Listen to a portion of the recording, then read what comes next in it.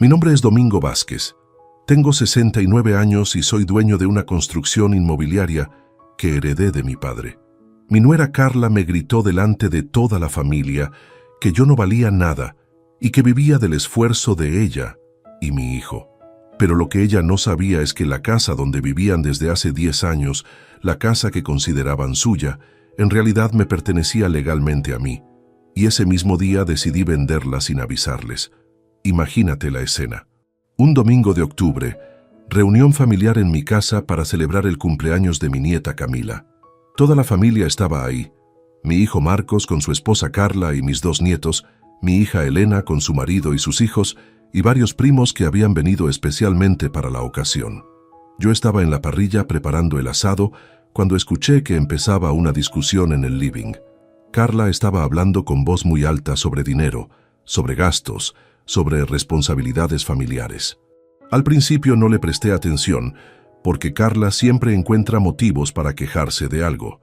Pero cuando la escuché mencionar mi nombre, dejé la parrilla y me acerqué para entender de qué estaba hablando. Resulta que mi hija Elena había comentado que yo le había regalado dinero para las vacaciones de sus hijos, y Carla se había puesto furiosa. Según ella, yo era un irresponsable que regalaba plata a unos nietos y no ayudaba a otros. Según ella, yo favorecía a Elena por sobre Marcos. Según ella, yo era un abuelo injusto que no entendía las prioridades familiares. Pero lo que me dolió hasta el alma fue lo que dijo después, cuando se dio cuenta de que yo estaba escuchando. En lugar de bajar la voz o disculparse, Carla me miró directamente a los ojos y me gritó delante de toda la familia: «Domingo, vos no valés nada. Hace años que vivís de nuestro esfuerzo. Marcos y yo pagamos esta casa, pagamos la comida, pagamos todo. Vos solo vivís como un parásito aprovechándote de que tu hijo es generoso». El silencio que siguió a esas palabras fue ensordecedor. Todos los presentes se quedaron helados. Mis nietos dejaron de jugar. Elena se puso pálida. Los primos no sabían dónde meterse. Y Marcos, mi propio hijo, no dijo ni una palabra para defenderme.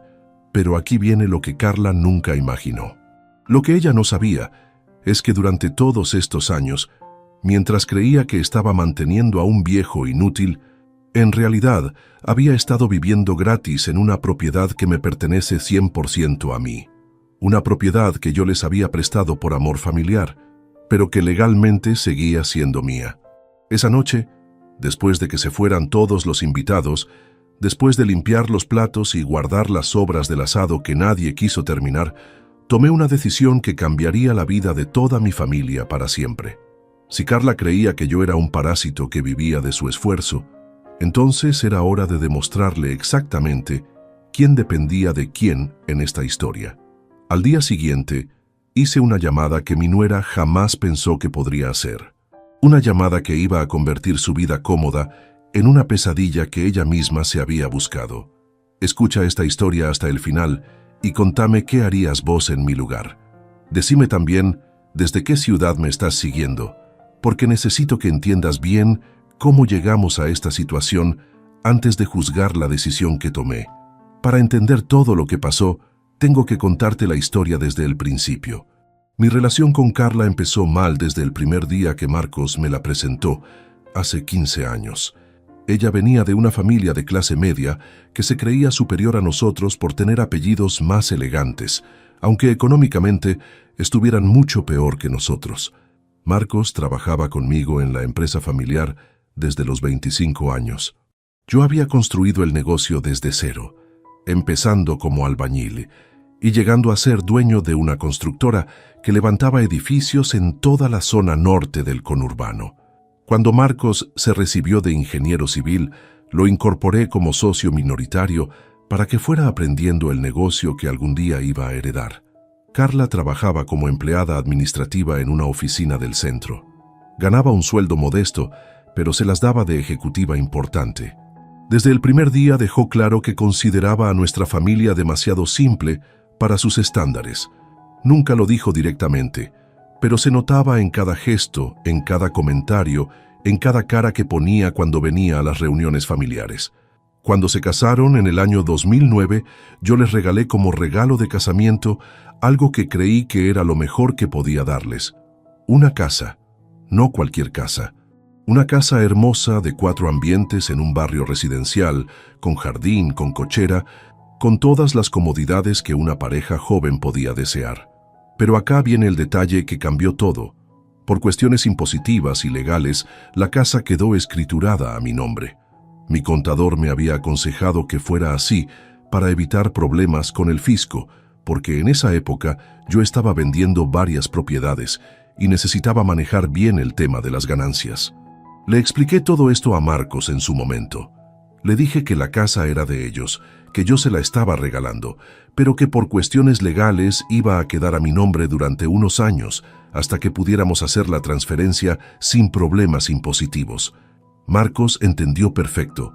Era ingeniero, sabía cómo funcionaban estos temas. Me agradeció el regalo, me prometió que iban a cuidar la casa como si fuera suya, porque en el fondo lo era. Y durante los primeros años, todo funcionó perfecto. Pero Carla nunca entendió el arreglo. Para ella, si la casa estaba a mi nombre, entonces yo era el dueño y ellos eran unos aprovechados que vivían gratis. Y como no podía aceptar sentirse dependiente de mi generosidad, empezó a inventar una versión diferente de la realidad. Según la versión de Carla, ellos pagaban todos los gastos de la casa, entonces ellos eran los verdaderos dueños.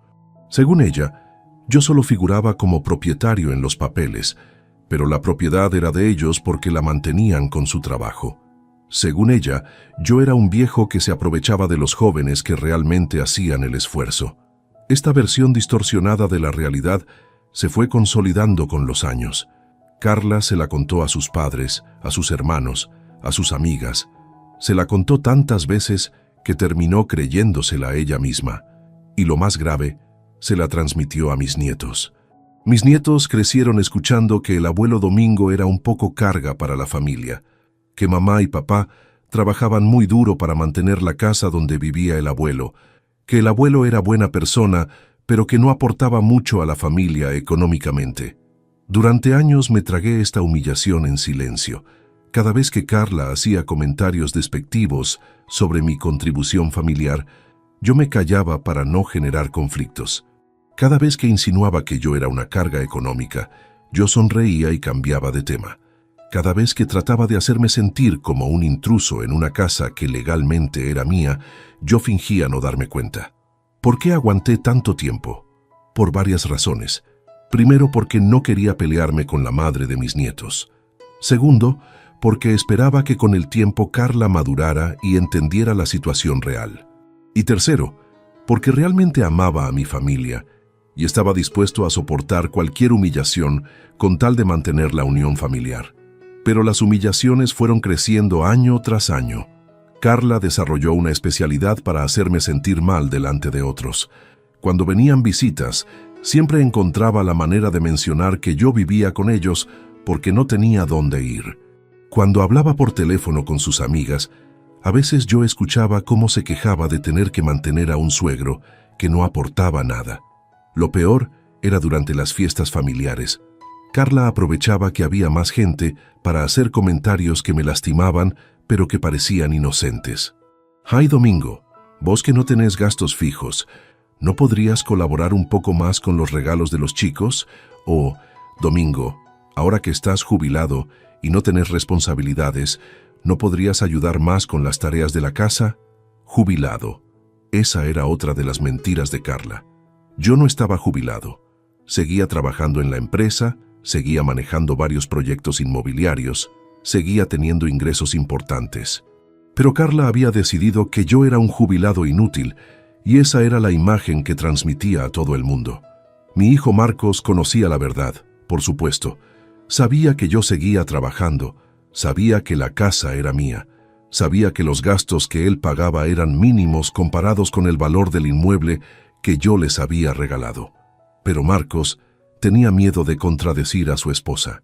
Tenía miedo de las peleas domésticas, tenía miedo de las crisis matrimoniales, tenía miedo de defender a su padre si eso significaba problemas con su mujer. Así que eligió el camino más fácil. hacer como que no escuchaba los comentarios de Carla, fingir que no se daba cuenta de las humillaciones que yo sufría, mantenerse neutral en una situación donde la neutralidad era complicidad. Elena, mi hija, sí se daba cuenta de lo que pasaba. Varias veces me preguntó si yo estaba bien, si no me molestaban los comentarios de Carla, si no prefería irme a vivir solo para evitar los conflictos.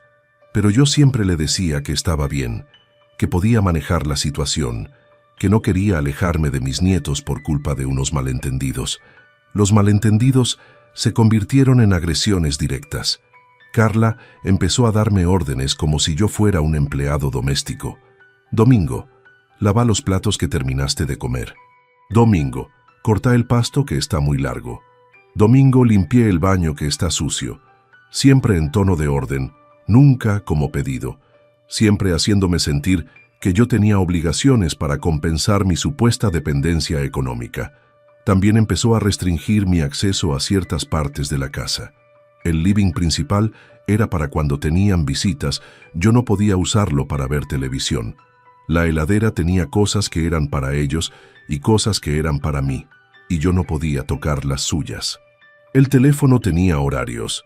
Yo no podía hacer llamadas después de las 9 de la noche porque molestaba a los chicos. Todo esto lo hacía gradualmente, de manera sutil, como si fueran reglas naturales de convivencia. Pero yo sabía que no eran reglas de convivencia, eran formas de humillación, maneras de recordarme constantemente que, según su versión de la realidad, yo estaba ahí por caridad. El punto de quiebre llegó el año pasado, cuando mi empresa ganó una licitación muy importante para construir un barrio cerrado en Pilar. Era un proyecto de 15 millones de pesos, el más grande que habíamos conseguido jamás. Marcos estaba a cargo de la parte técnica del proyecto y yo manejaba la parte comercial y administrativa. Cuando empezaron a llegar los primeros pagos de la obra, Carla notó que Marcos tenía más dinero disponible. Y por supuesto, asumió que todo ese dinero venía del trabajo de su marido. En su cabeza, Marcos era el cerebro de la empresa y yo era solo un socio menor que se beneficiaba del talento de mi hijo.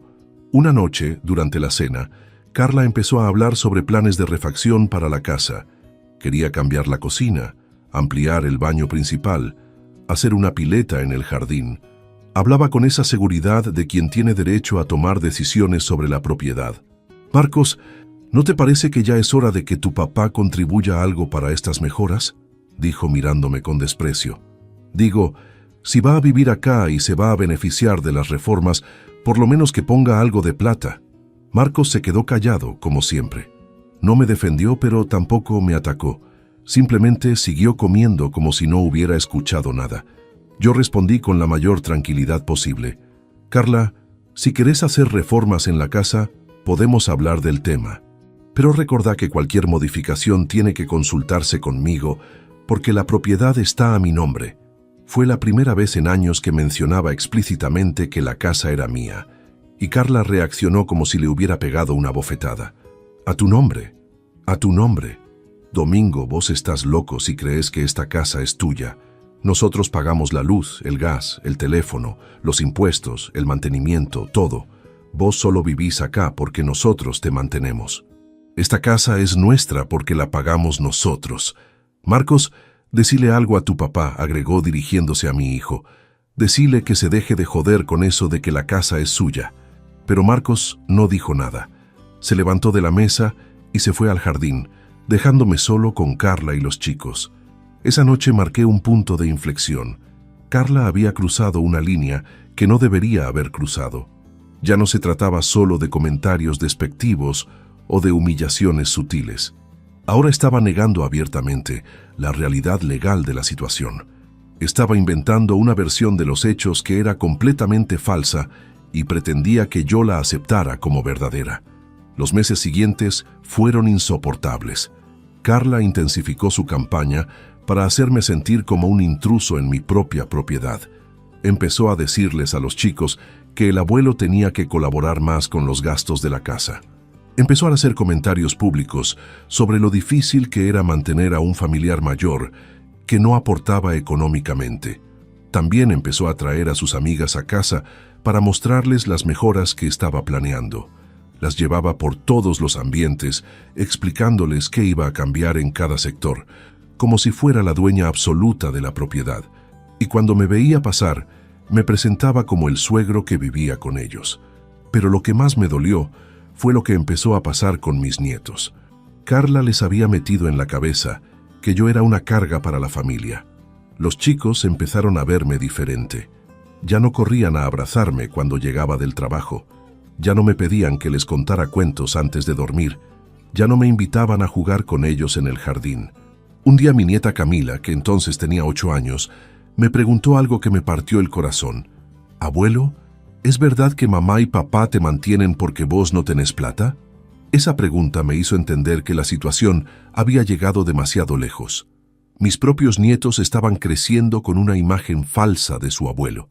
Estaban aprendiendo a verme como alguien dependiente, como alguien que vivía de la caridad familiar, como alguien que no contribuía nada valioso a sus vidas. Le expliqué a Camila que las cosas no eran como su mamá las contaba, pero me di cuenta de que una nena de 8 años no podía entender las complejidades de la situación. Para ella, la versión simple de su madre era más creíble que cualquier explicación que yo pudiera darle. Esa noche, decidí que tenía que hacer algo. No podía seguir permitiendo que Carla destruyera mi relación con mis nietos. No podía seguir aceptando que me humillara delante de la familia. Y sobre todo, no podía seguir fingiendo que su versión mentirosa de la realidad era aceptable, pero todavía no sabía qué hacer exactamente. No quería lastimar a Marcos, que al fin y al cabo era mi hijo y era víctima de la manipulación de su esposa, tanto como yo. No quería alejarme de mis nietos que eran inocentes en toda esta situación. Y no quería destruir la familia por problemas que creía que se podían solucionar hablando. Intenté tener conversaciones serias con Marcos. Le pedí que pusiera límites a los comentarios de su esposa, que me defendiera cuando Carla me faltaba el respeto, que aclarara la situación real de la casa a sus hijos. Pero Marcos siempre me daba la misma respuesta. «Papá, vos sabés cómo es Carla. Es mejor no contradecirla, con el tiempo se va a calmar». Pero Carla no se calmó. Al contrario, se envalentonó. Como nadie la contradecía, como nadie le ponía límites, como nadie la enfrentaba con la realidad, empezó a creer que su versión de los hechos era la única verdadera. El conflicto escaló hace 6 meses, cuando yo decidí regalarle dinero a Elena para las vacaciones de sus hijos. Era una cantidad importante, suficiente para que toda la familia de Elena pudiera irse a Brasil durante 2 semanas. Lo hice porque Elena siempre había sido respetuosa conmigo, porque sus hijos me trataban con cariño y porque quería demostrarles mi afecto de una manera concreta. Cuando Carla se enteró del regalo, montó en cólera. Según ella, era una injusticia terrible que yo le diera dinero a Elena cuando Marcos y ella estaban haciendo el sacrificio de mantenerme. Según ella, si yo tenía dinero para regalar, entonces tenía dinero para contribuir con los gastos de la casa donde vivía. Me exigió que le diera la misma cantidad que le había dado a Elena. Cuando le expliqué que mi dinero era mío y que yo decidía libremente a quién se lo regalaba, me acusó de ser un abuelo injusto que favorecía a unos nietos por sobre otros. La discusión se intensificó durante semanas. Carla aprovechaba cualquier ocasión para mencionar el tema del dinero. En el desayuno, en el almuerzo, en la cena, cuando llegaba del trabajo, cuando nos cruzábamos en el pasillo. Siempre el mismo reclamo. Si yo tenía dinero para regalar, entonces tenía dinero para contribuir con la casa. Lo que Carla no entendía o no quería entender es que regalarle una casa valuada en $200,000 ya era una contribución más que suficiente. Lo que no entendía es que vivir gratis en esa casa era un beneficio económico enorme que yo les estaba dando por amor familiar. Lo que no entendía es que invertir esos $200,000 en otra cosa me habría dado una renta mensual muy superior a cualquier gasto que ellos pudieran tener. Pero para Carla, los hechos pasados no contaban. Solo contaba el presente. Y en el presente, según su visión distorsionada, yo era un viejo que vivía gratis mientras ellos pagaban todo. La situación llegó al límite el domingo de octubre que te conté al principio.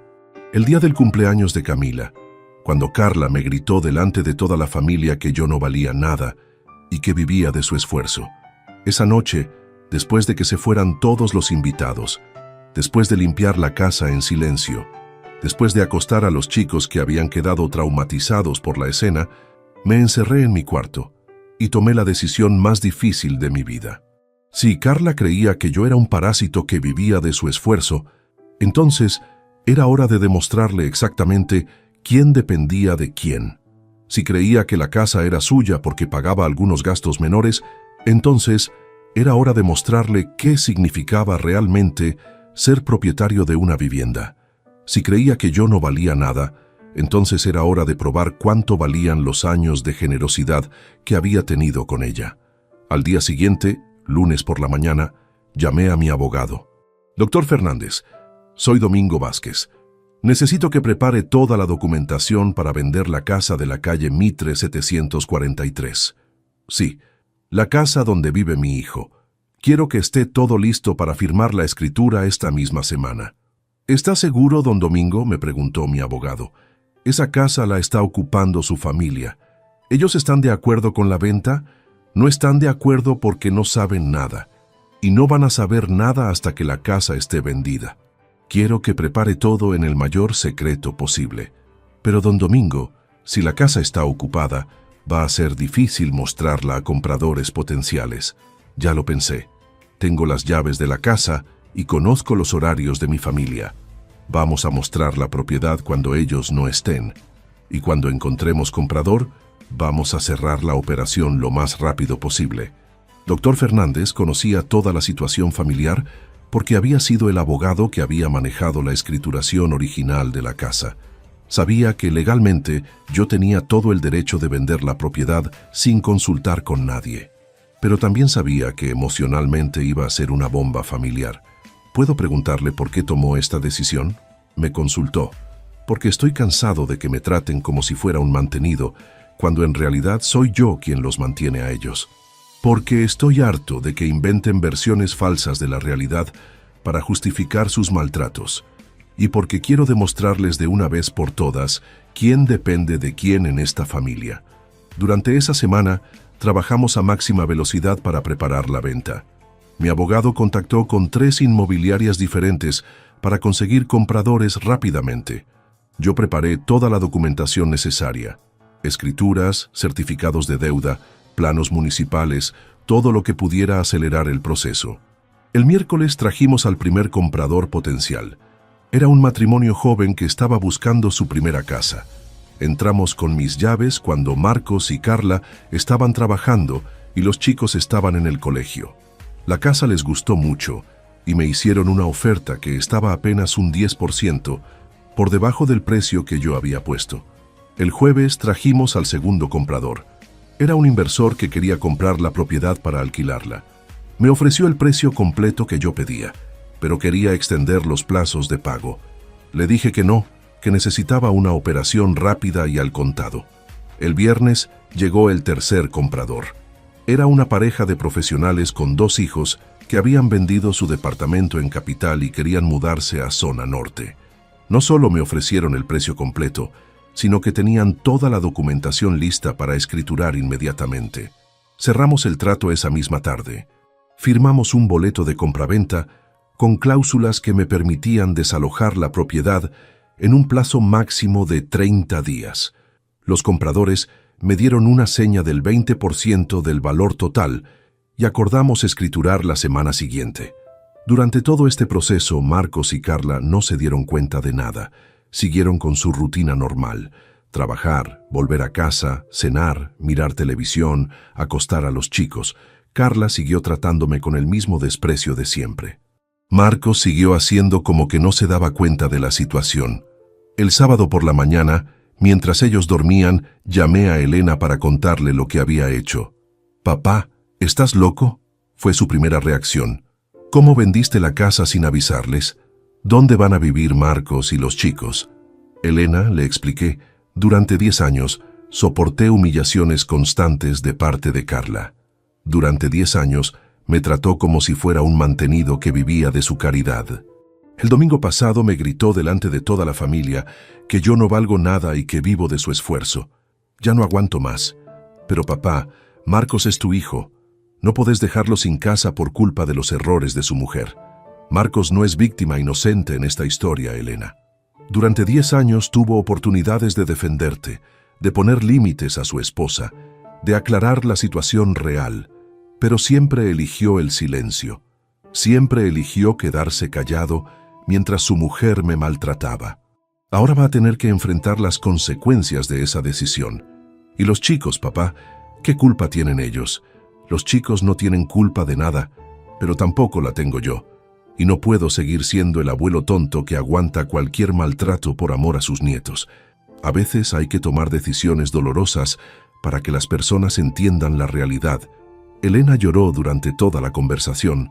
Me pidió que reconsiderara la decisión, que les diera una oportunidad más a Marcos y Carla, que no destruyera la familia por una discusión.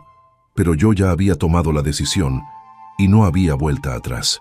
El domingo por la mañana, antes de que se levantaran, dejé una carta sobre la mesa de la cocina. La carta explicaba toda la situación, que había vendido la casa, que los nuevos propietarios iban a tomar posesión en 30 días, que durante esos 30 días ellos podían seguir viviendo ahí, pero tenían que buscar otro lugar. También les dejé la copia del boleto de compraventa para que pudieran verificar que todo era legal y definitivo. Y les dejé un cheque por el equivalente a 6 meses de alquiler en una propiedad similar para que tuvieran tiempo de reorganizar su situación económica. Después me fui a la casa de Elena para esperar la reacción. La llamada llegó a las 11 de la mañana. Era Marcos, con una voz que nunca le había escuchado. Una mezcla de incredulidad, bronca y desesperación. Papá, ¿qué hiciste? ¿Cómo vendiste la casa sin decirnos nada? ¿Dónde querés que vivamos con los chicos?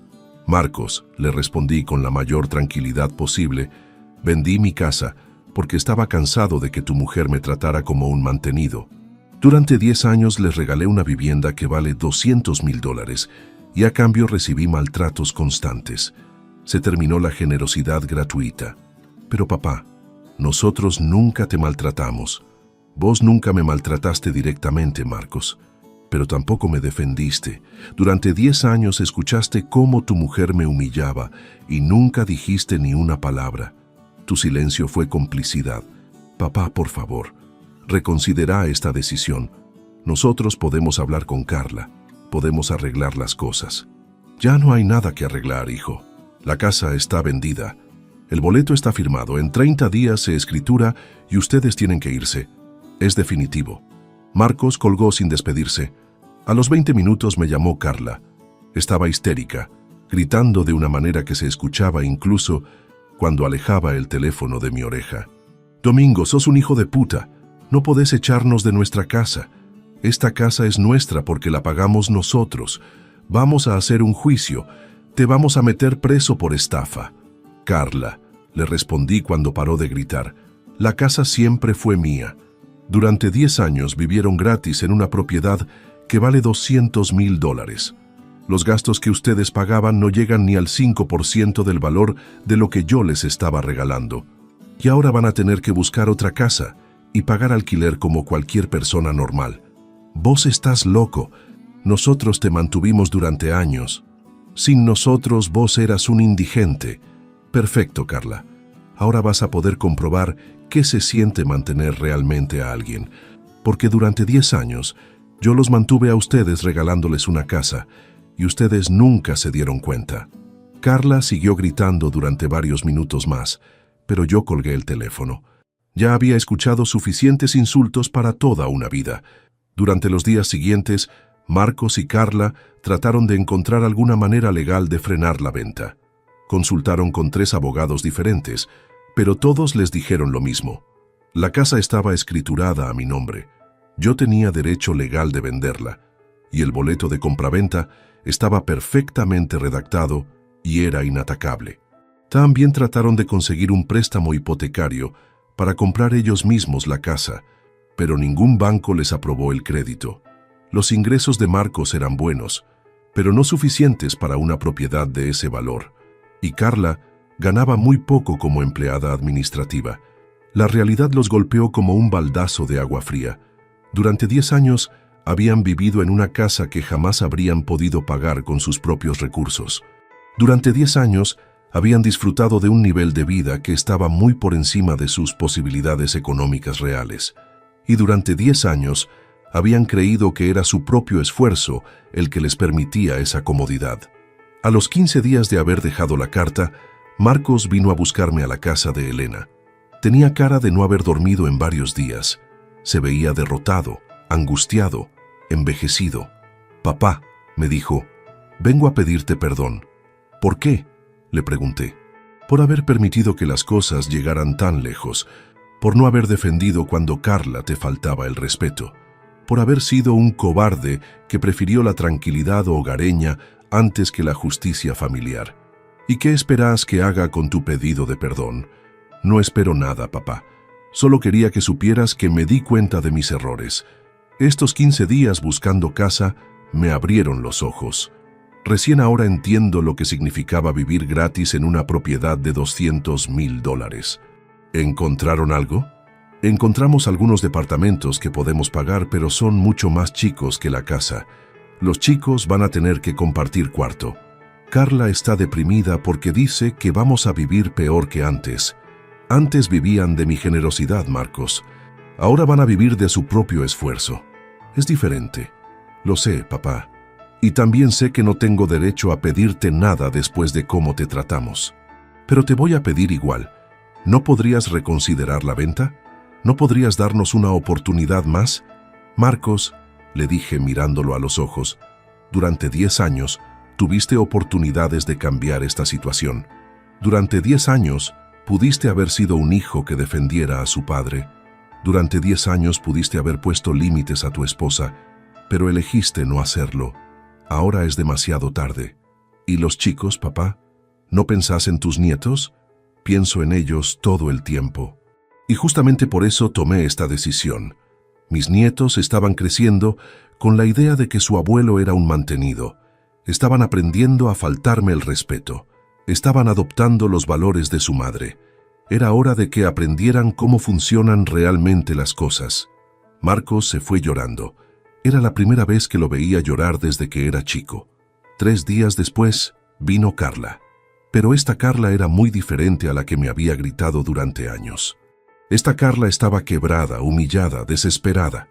«Domingo», me dijo con voz de angustia, «vine a pedirte disculpas». «¿Disculpas por qué?», le pregunté. «Por haber sido una mala nuera, por haberte faltado el respeto, por haber sido malagradecida con todo lo que hiciste por nosotros». «¿Y qué te hizo cambiar de opinión?». «Estos días buscando casa me hicieron entender muchas cosas. Me di cuenta de que una propiedad como en la que vivíamos nosotros cuesta una fortuna. Me di cuenta de que nunca habríamos podido comprarla con nuestros sueldos. Me di cuenta de que vos nos estabas haciendo un regalo enorme y yo lo interpreté como si fuera una obligación tuya. ¿Y ahora qué querés? Quiero pedirte una segunda oportunidad. Quiero prometerte que las cosas van a ser diferentes, que te voy a tratar con el respeto que mereces, que les voy a explicar a los chicos quién sos realmente». «Carla», le respondí, «vos me trataste mal durante 10 años. No fue un error, no fue un malentendido, no fue una etapa. Fue una decisión constante de humillarme para sentirte superior. Y ahora que entendiste que dependías de mí y no al revés, querés que todo vuelva a ser como antes. Por favor, Domingo, te juro que cambié. Te juro que aprendí. Puede ser que hayas aprendido, Carla, pero yo también aprendí. Aprendí que no puedo confiar en vos. Aprendí que tu respeto hacia mí depende de que yo tenga algo que vos necesitas. Y aprendí que preferís inventar mentiras sobre la realidad antes que reconocer tu dependencia económica». Carla se fue más angustiada de lo que había llegado. Al día siguiente me llamó por teléfono para insistir con las disculpas, pero yo no le atendí más. La escrituración se hizo el día 28 de ese mes. Llegué puntual a la escribanía junto con mi abogado y los compradores. Firmamos todos los papeles, se transfirió el dinero, y la casa oficialmente dejó de ser mía para ser de sus nuevos dueños. Los compradores me preguntaron cuándo podían tomar posesión del inmueble. Les dije que Marcos y su familia tenían plazo hasta fin de mes para desalojar, pero que probablemente se fueran antes porque ya habían encontrado otro lugar. Esa misma tarde llamé a Marcos para avisarle que la operación estaba cerrada y que tenía 2 días más para mudarse. «Ya lo sabemos, papá», me respondió con voz cansada. «Mañana viene el camión de mudanzas. ¿Encontraron un buen lugar?» «Encontramos un departamento de 3 ambientes en Ramos Mejía. No es lo mismo que la casa, pero es lo que podemos pagar». «¿Y cómo están los chicos?» «Confundidos. No entienden por qué nos tenemos que mudar. Carla les dijo que el abuelo nos echó de casa porque se enojó con mamá. ¿Y vos qué les dijiste?» «Les dije la verdad. Les expliqué que la casa siempre fue tuya, que vos nos la habías regalado para vivir, pero que mamá no supo valorar el regalo. Les dije que ahora íbamos a vivir en un lugar que sí es nuestro, que vamos a pagar con nuestro trabajo. Me alegra que hayas sido honesto con ellos. Papá, antes de cortarte quiero decirte algo. Sé que cometí errores terribles. Sé que no fui el hijo que merecías, pero quiero que sepas que te respeto por lo que hiciste. Nos diste una lección que necesitábamos». Se mudaron el día 30 de octubre. Elena me contó que fue una mudanza triste, con los chicos llorando y Carla amargada porque tenía que dejar la casa donde había sido feliz durante 10 años. Los nuevos propietarios tomaron posesión el 1 de noviembre. Son una pareja joven con 2 hijos pequeños que están muy contentos con su nueva casa. Me invitaron a visitarlos cuando quisiera, porque les había contado que había vivido ahí y que tenía cariño por esa propiedad. Durante los primeros meses después de la mudanza, no tuve contacto con Marcos ni con Carla. Elena me contaba novedades de vez en cuando, que se habían adaptado bien al departamento nuevo, que los chicos habían cambiado de colegio, que Carla había tenido que buscar un trabajo de medio tiempo para ayudar con los gastos. También me contó que Carla había caído en una depresión profunda después de la mudanza. Según Elena, Carla había tenido que enfrentar por primera vez en su vida la realidad económica sin ayuda familiar. Había tenido que calcular presupuestos, restringir gastos, buscar ofertas en el supermercado, cosas que nunca había hecho cuando vivía gratis en mi casa. A los 4 meses de la mudanza, Marcos me llamó para el Día del Padre. «Papá», me dijo, «sé que no tengo derecho a llamarte después de todo lo que pasó, pero quería saludarte en tu día». «Gracias, Marcos. También quería contarte que las cosas están cambiando en casa. Carla está viendo a una psicóloga porque se dio cuenta de que tenía problemas para reconocer la realidad. Está trabajando en sus actitudes, en sus prejuicios, en su manera de relacionarse con la familia. Me alegra escuchar eso. Los chicos preguntan por vos. Quieren verte, pero no se animan a llamarte porque no saben si vos querés verlos. Por supuesto que quiero ver a mis nietos, Marcos. Ellos no tienen culpa de nada de lo que pasó. Podrían venir a visitarte algún día. Cuando vos quieras, arreglamos que los chicos vinieran a visitarme el domingo siguiente. Fue un encuentro emotivo. Camila y Tomás me abrazaron como no lo hacían hacía años. Me contaron sobre su nueva escuela, sobre su nuevo barrio, sobre cómo era vivir en departamento. «Abuelo», me preguntó Camila, «¿es verdad que la casa donde vivíamos antes era tuya?» «Sí, mi amor, era mía». «¿Y por qué nunca nos contaste?» «Porque la había regalado para que ustedes vivieran ahí». Cuando uno regala algo, no anda recordándole al otro que era suyo. «¿Y por qué la vendiste?» «Porque su mamá me trataba mal y decía que yo no valía nada. Entonces decidí demostrarle que sí valía algo». Tomás, que tenía 10 años, me hizo una pregunta que me sorprendió por su madurez. «Abuelo, ¿vos crees que mamá aprendió la lección?» «No lo sé, Tomás. Espero que sí. Pero esa es una decisión que tiene que tomar ella». Los chicos se quedaron a almorzar conmigo. Jugamos en el jardín, miramos televisión, hicimos las cosas que no habíamos hecho en mucho tiempo. Cuando se fueron, sentí que había recuperado a mis nietos. A partir de ese día, los chicos empezaron a visitarme regularmente. Marcos los traía los domingos y se quedaba un rato a charlar conmigo. Poco a poco fuimos reconstruyendo nuestra relación padre e hijo. Carla no venía a las visitas. Según Marcos, todavía se sentía muy avergonzada por todo lo que había pasado. Pero a través de los chicos, me enteraba de que estaba haciendo un esfuerzo real por cambiar sus actitudes. 6 meses después de la mudanza, Carla me escribió una carta. Era una carta larga, de 4 páginas, donde me pedía perdón por todo lo que había hecho durante 10 años. No era una disculpa desesperada, como las que me había dado cuando se enteró de la venta. Era una reflexión profunda sobre sus errores, sus prejuicios, sus miedos. En la carta me explicaba que había crecido en una familia donde la dependencia económica se vivía como humillación, que siempre había tenido miedo de ser vista como una mantenida, que cuando se dio cuenta de que estaba viviendo gratis en una casa que no era suya, había reaccionado inventando una versión de la realidad donde yo era el dependiente y ella la proveedora. También me contaba sobre su terapia psicológica, sobre las cosas que estaba descubriendo sobre sí misma, sobre los cambios que estaba tratando de hacer en su personalidad. Me pedía una oportunidad para demostrarme que podía ser una nuera respetuosa y agradecida. Le respondí con una carta más corta, donde le agradecía sus disculpas y le decía que valoraba su esfuerzo por cambiar, pero también le aclaraba que las heridas que me había causado eran profundas y que iba a necesitar tiempo para sanar. Un año después de la venta de la casa, Carla me llamó por mi cumpleaños. Fue una conversación breve pero cordial. Me felicitó, me preguntó cómo estaba, me contó novedades de los chicos. No intentó justificarse ni pedirme nada. Solo quería saludarme en mi día. A partir de ahí empezamos a tener contacto esporádico. Carla me llamaba en fechas importantes, me mandaba saludos por WhatsApp, me preguntaba por mi salud. Siempre con respeto, siempre con humildad, siempre reconociendo implícitamente lo que había pasado entre nosotros. El cambio más notable lo vi en los cumpleaños familiares. Cuando Camila cumplió 10 años, Carla me invitó a la fiesta que organizaron en su departamento nuevo. Fue la primera vez que pisé su nuevo hogar. Era un departamento modesto pero cómodo. Tenía 3 ambientes, un living-comedor, 2 dormitorios y una cocina pequeña.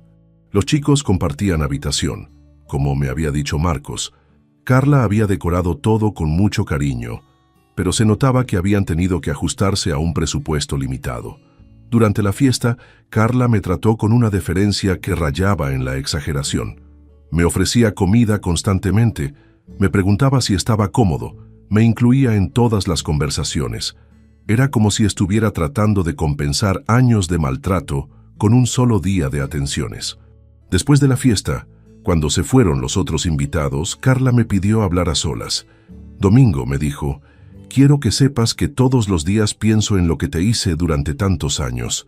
Me avergüenzo de la persona que era, y te agradezco que me hayas dado la lección que necesitaba, aunque haya sido dolorosa.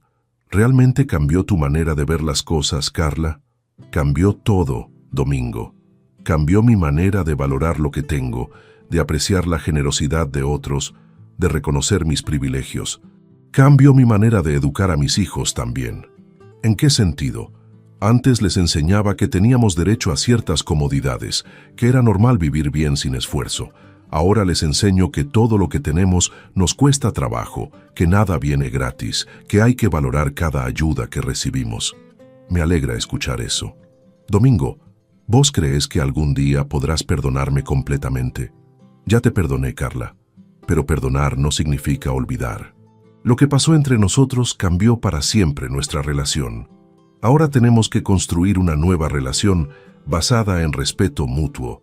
Hoy, 2 años después de haber vendido la casa, puedo decir que tomé la decisión correcta. Fue una decisión dolorosa. Fue una decisión que lastimó a mucha gente, pero fue la única manera de que mi familia entendiera ciertas realidades que se habían negado a ver durante años. Marcos y yo recuperamos nuestra relación padre e hijo. Ahora viene a visitarme regularmente, me consulta sobre decisiones importantes, me incluye en sus planes familiares. También aprendió a valorar mi trabajo y mi experiencia en la empresa. Ya no me ve como el socio mayor que está de más, sino como el mentor que puede enseñarle cosas importantes. Carla y yo desarrollamos una relación cordial basada en respeto mutuo. No somos íntimos, probablemente nunca lo seremos, pero nos tratamos con cortesía y consideración. Ella aprendió a valorar lo que recibe de otros y yo aprendí a no dar por sentado el agradecimiento familiar. Mis nietos me respetan y me quieren sin las confusiones que tenían antes. Ahora entienden quién es su abuelo realmente. Una persona que trabajó toda su vida, que construyó una empresa exitosa, que fue generoso con su familia, pero que también tiene límites y exige respeto. La empresa familiar sigue creciendo. Marcos se convirtió en un socio más comprometido y responsable después de todo lo que pasó. Entendió que los privilegios se ganan con trabajo y dedicación, no solo por ser hijo del dueño. ¿Me arrepiento de haber vendido la casa? No. Fue la única manera de que mi familia entendiera que la generosidad tiene límites, que el maltrato tiene consecuencias y que las relaciones familiares deben basarse en respeto mutuo. ¿Lastimé a gente inocente? Sí. Mis nietos sufrieron el cambio de casa, el cambio de colegio, la tensión familiar, pero también aprendieron lecciones valiosas sobre la realidad económica, sobre el valor del trabajo, sobre la importancia de ser agradecidos. ¿Podría haber manejado la situación de otra manera? Tal vez, pero había probado con conversaciones, con límites verbales, con pedidos de respeto. Nada había funcionado. A veces las acciones drásticas son la única manera de que las personas cambien comportamientos que están muy arraigados. Lo más importante que aprendí es que la generosidad sin límites puede convertirse en un veneno para las relaciones familiares. Cuando das todo sin exigir nada a cambio, cuando aguantas maltratos por mantener la paz, cuando permites que te falten el respeto por miedo a los conflictos, estás creando dinámicas tóxicas que tarde o temprano van a explotar. También aprendí que a veces hay que estar dispuesto a perder algo valioso para ganar algo más valioso. Perdí una casa que valía $200,000, pero gané el respeto de mi familia y mi propia dignidad.